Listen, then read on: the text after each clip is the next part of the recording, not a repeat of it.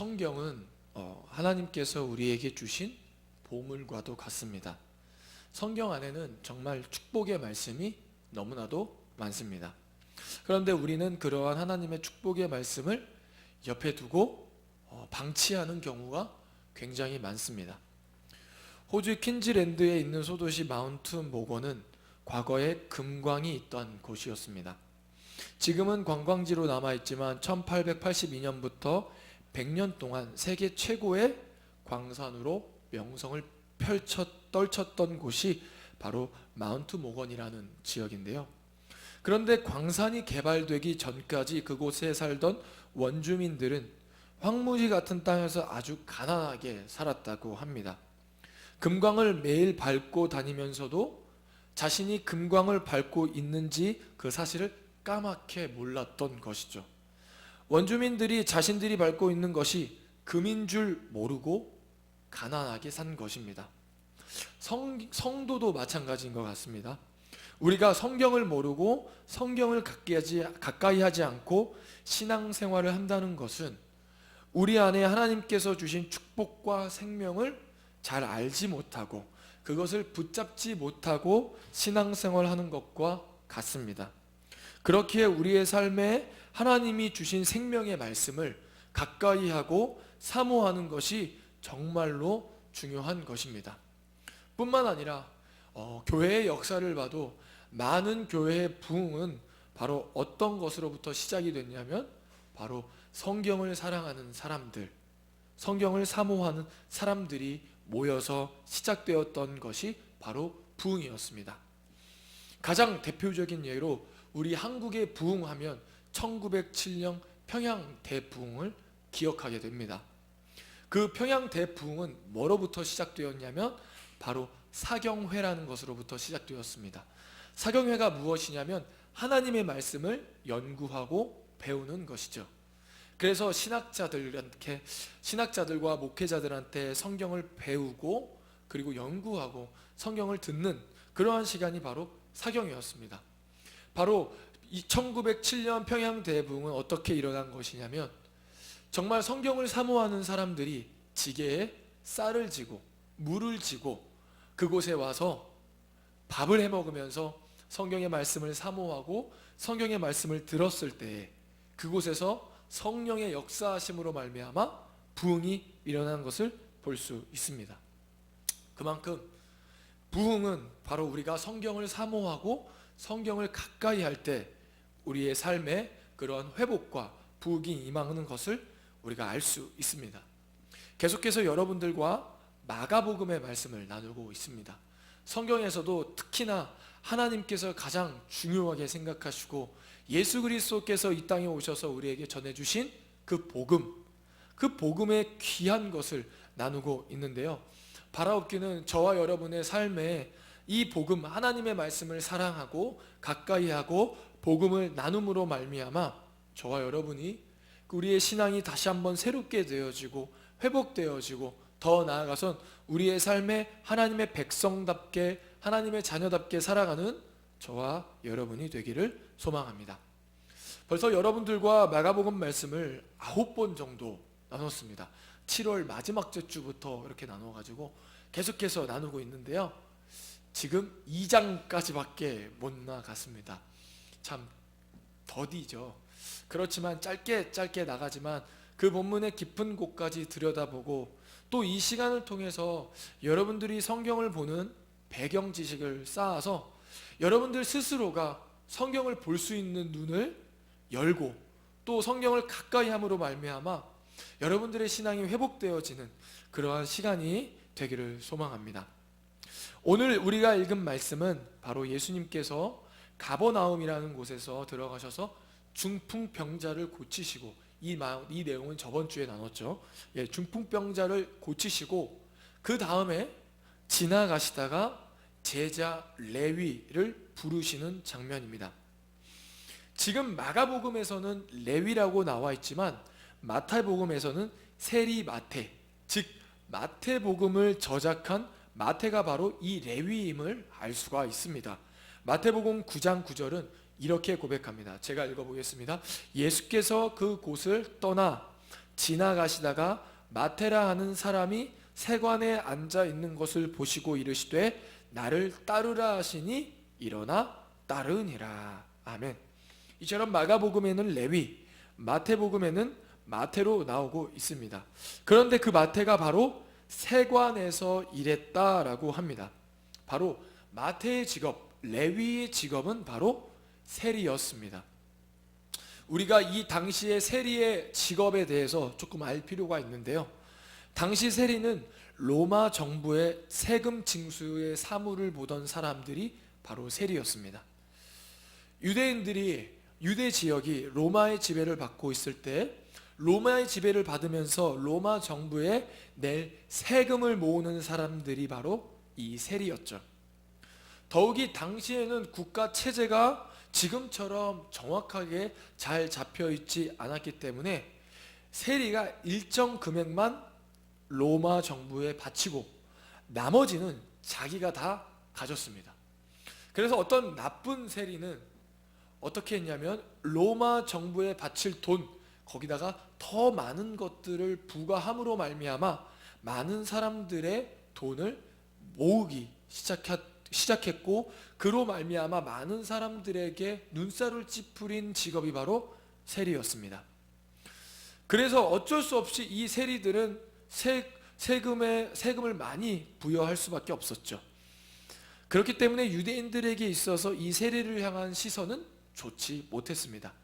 멸시받는 직업 중에 하나였죠.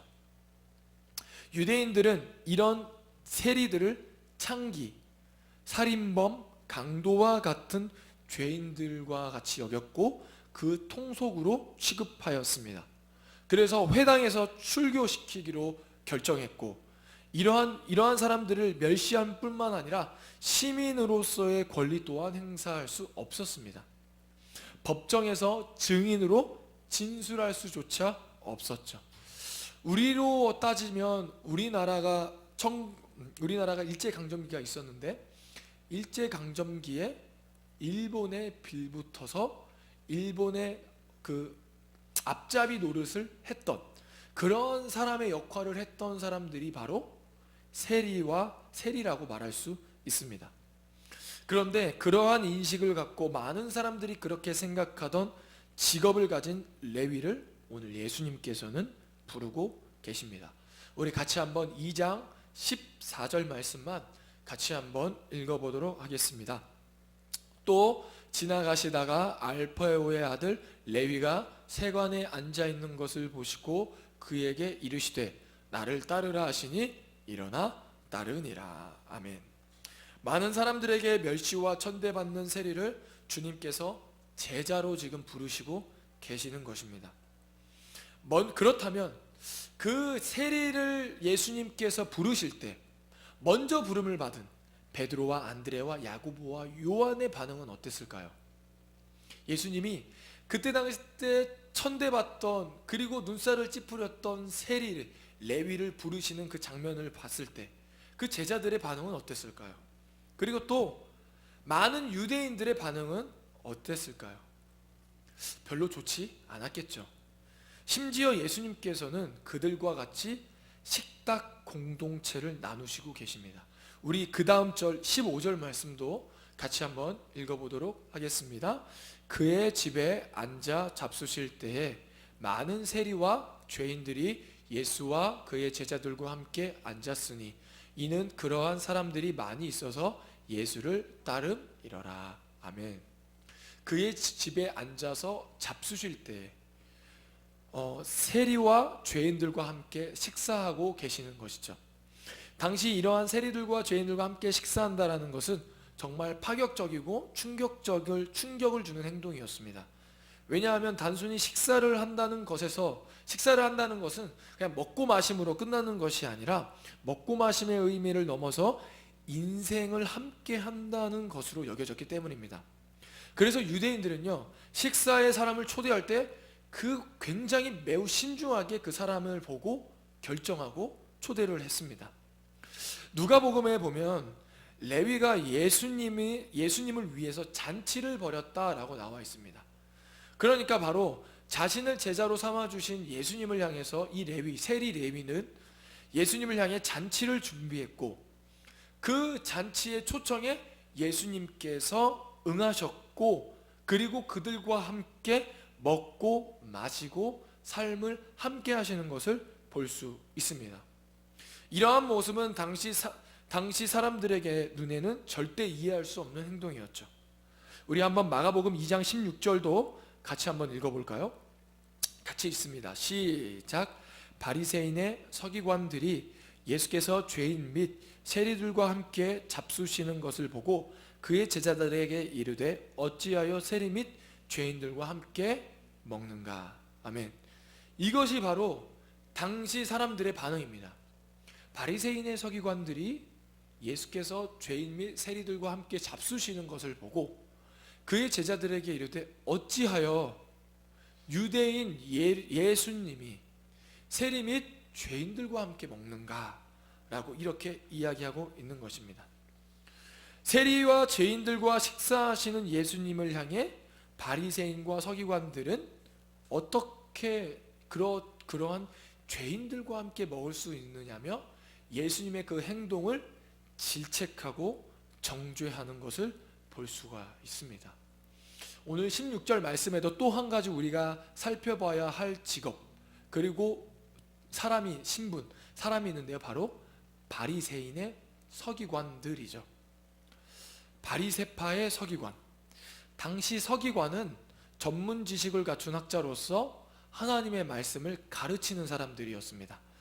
마치 저와 같은, 그리고 또 신학자와 같은 하나님의 말씀을 가르치는 사람들이 바로 서기관들이었죠. 근데 그 서기관의 출신이 바로 바리새파였다라고 합니다. 이 바리새파는 바로 신약 성경에 굉장히 많이 나오죠. 뿐만 아니라 우리가 보고 있는 마가복음뿐만 아니라 마태, 마가, 누가, 요한 이 4복음서에 굉장히 많이 나오는 종파 중에 하나가 바로 바리새파입니다. 이 바리새파 사람들은 처음에는 굉장히 좋은 사람들이었어요. 이 바리새라는 의미는요, 어떤 의미냐면요, 구별된 자라는 의미입니다. 바로 구별되어서 하나님을 향해 예배하고 하나님을 향한 열심이 있던 사람이었죠. 그리고 그들의 의도와 동기는 굉장히 좋았습니다. 율법뿐만 아니라 자신들이 생각하는 전통과 전해 내려오는 유전을 가지고 하나님을 더 열심히 섬기고 하나님을 향해 열심을 내겠다라는 의도와 동기로 많은 율법들을 지켜 나아갔죠. 그런데 그러한 그들의 하나님을 향한 열정과 열심과 헌신이 계속해서 조금씩 왜곡되기 시작했죠.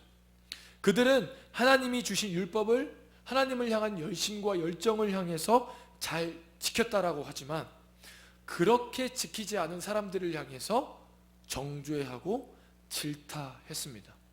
그래서 그들을 죄인 취급하고 하나님을 만날 수 없는 부정한 사람이다라고 취급했습니다.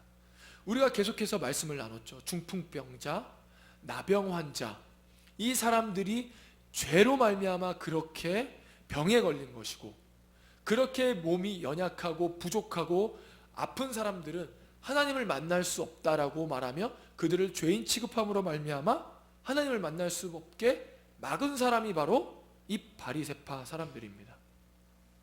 이 바리새파 율법학자들, 서기관들은 계속해서 하나님을 향한 열심이 있었지만 그 열심의 의도와 동기는 계속해서 왜곡되어지고, 그로 말미암아 많은 사람들이 하나님을 만나는 길을 막는 그러한 오류를 범하게 된 사람들이 오늘 16절 말씀에 나오는 바리새파의 서기관들임을 볼 수 있습니다.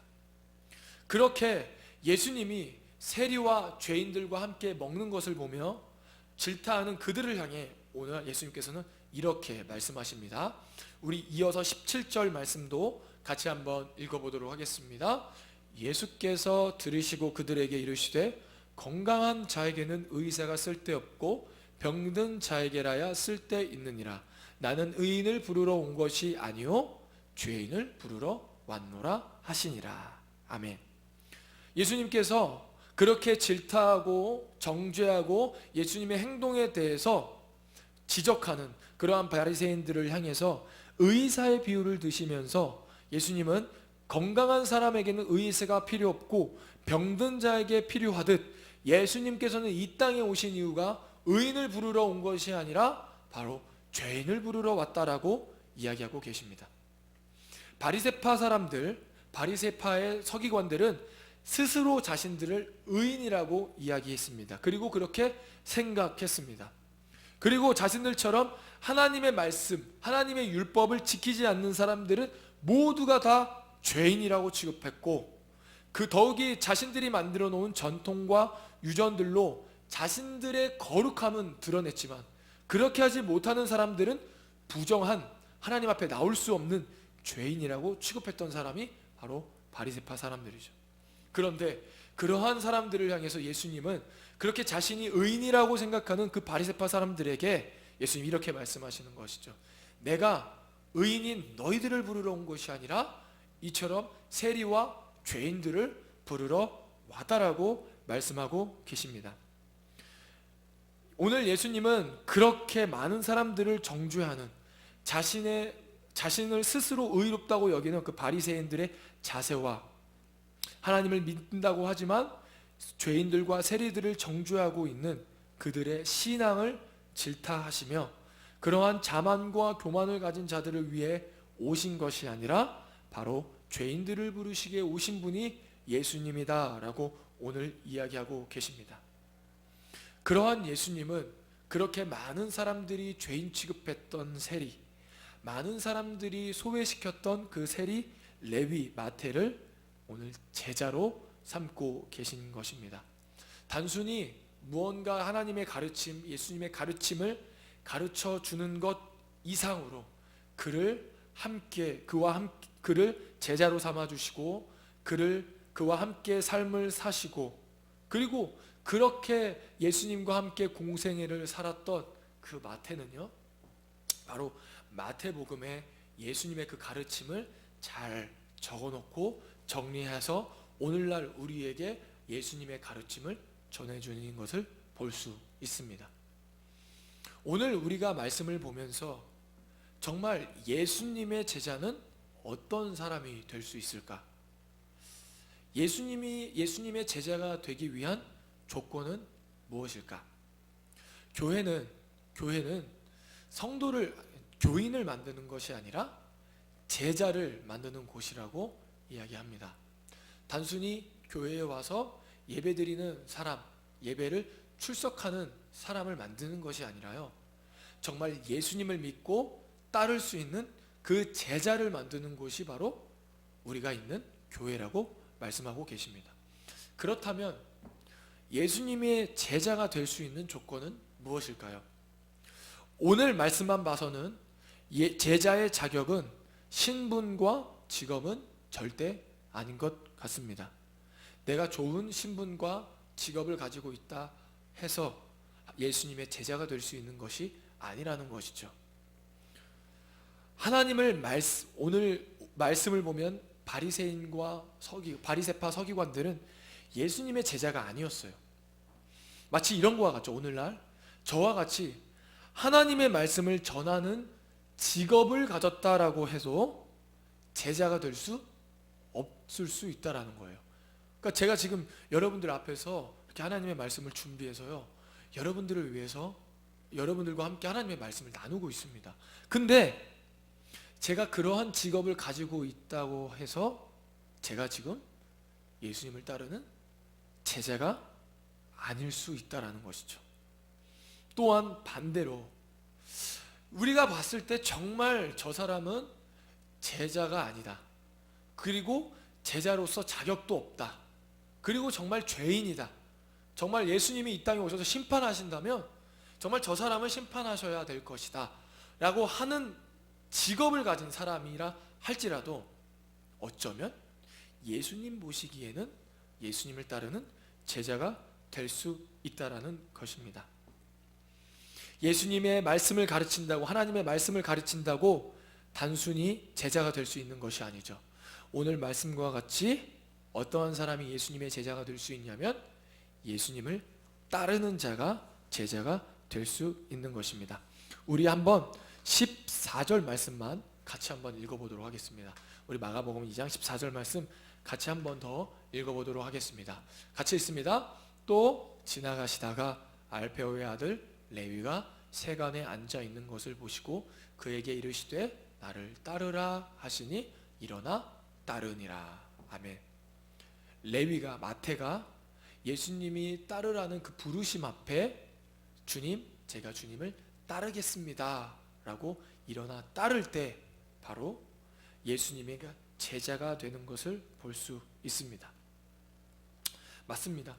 아무리 죄인이라고 여겨진다 할지라도 우리가 예수님을 따르기로 작정하고 예수님의 그 부르심 앞에 우리가 순종한다면 우리가 예수님의 제자가 될 수 있는 것이죠. 많은 사람들이 볼 때 내 자신이 연약하고 부족하다 할지라도 내가 예수님의 그 제자의 부르심 앞에 따르기로 작정하고 그분을 따라 살아간다면 바로 예수님의 제자가 될 수 있는 것입니다. 단순히 믿고 예수님 믿습니다 그리고 교회에 나온다고 해서 예수님을 따르는 제자가 되는 것이 아니라 나의 삶에 있어서 예수님을 따르기로 작정하고 내가 있는 곳에서 예수님을 따라 예수님을 붙잡으며 살아가는 자가, 삶으로 예수님을 따라 살아가는 자가 바로 예수님의 제자가 될 수 있다는 것입니다. 우리 한번 마가복음 말고 누가복음의 말씀을 조금 더 나누기 원하는데요. 우리 한번 말씀 한 구절만 좀 더 찾아보도록 하겠습니다. 누가복음 3장 12절에서 13절 말씀입니다. 같이 한번 누가복음 3장 12절과 13절의 말씀입니다. 우리 같이 한번 누가복음 3장 12절과 13절 말씀도 같이 한번 읽어보겠습니다. 같이 읽습니다. 세리들도 침례를 받고자 하여 와서 이르되 선생이여 우리는 무엇을 하리이까 하매 이르되 부가된 것 외에는 거두지 말라 하고 아멘. 네. 누가복음 3장은요 배경이 어떻게 되냐면 세례 요한이 침례 요한이 예수님의 오실 길을 예비하기 위해 준비하기 위해 많은 사람들에게 그 마음을 돌이킬 수 있도록 예수님 앞에 자신들의 마음을 드릴 수 있도록 예수님을 쫓아 나아갈 수 있도록 회개의 침례를 베풀었습니다. 그런데 그 침례 요한을 찾아온 사람이 있었는데 어떤 사람이었냐면 세리들이었대요. 12절에 보니까 세리들이 와서 이렇게 묻는 것입니다. 선생님이요 우리는 무엇을 하리이까? 라고 묻습니다. 그렇죠? 침례를 받으러 왔다라는 것은 하나님을 사모하고 하나님의 구원을 갈망하는 사람이죠.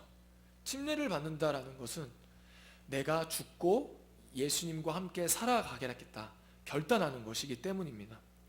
세리들도 그렇게 예수님을 따라 살아가고 싶어서 오늘 누가복음 3장은요 침례 요한을 찾아온 거예요. 왜냐하면 회당에서도 쫓겨났고 성전에는 당연히 들어갈 수 없고 하나님을 믿는 바리새파 사람들은 이 세리들을 죄인 취급했고 매국노 취급했기 때문입니다. 그런데 이 자들이 바로 침례 요한을 찾아와서 묻는 것입니다. 우리는 어떻게 해야 하는 것이죠? 우리는 무엇을 해야 하는 것입니까? 그러자 침례 요한은 이렇게 이야기하죠. 부가된 것 외에는 거두지 말아라 라고 이야기하는 것입니다. 많이 거둘 수 있지만 나의 욕심을 위해 많이 거둘 수 있지만 그렇게 거두지 말고 정직하게 살아가라 이렇게 이야기하는 것이죠.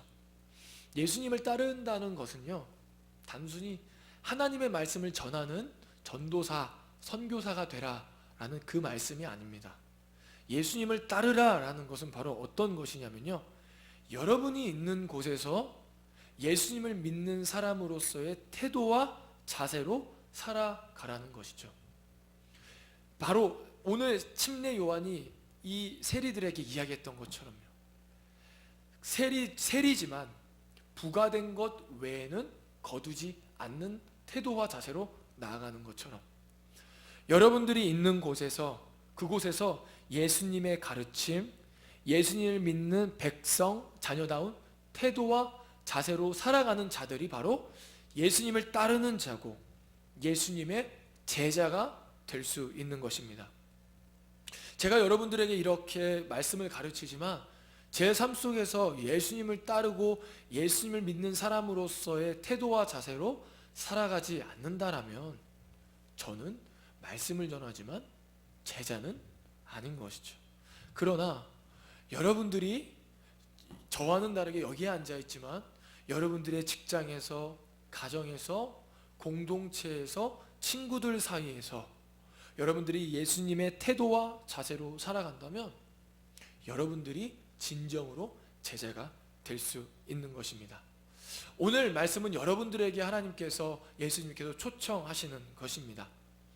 나를 따르라 라는 이 초청 앞에 바라옵기는 저와 여러분이 예수님 따르겠습니다 라고 고백하고 우리가 있는 곳에서, 삶의 현장에서, 상황 속에서 예수님을 믿는 태도와 자세로 하나님의 백성답게, 하나님의 자녀답게 살아가는 저와 여러분이 되기를 소망합니다.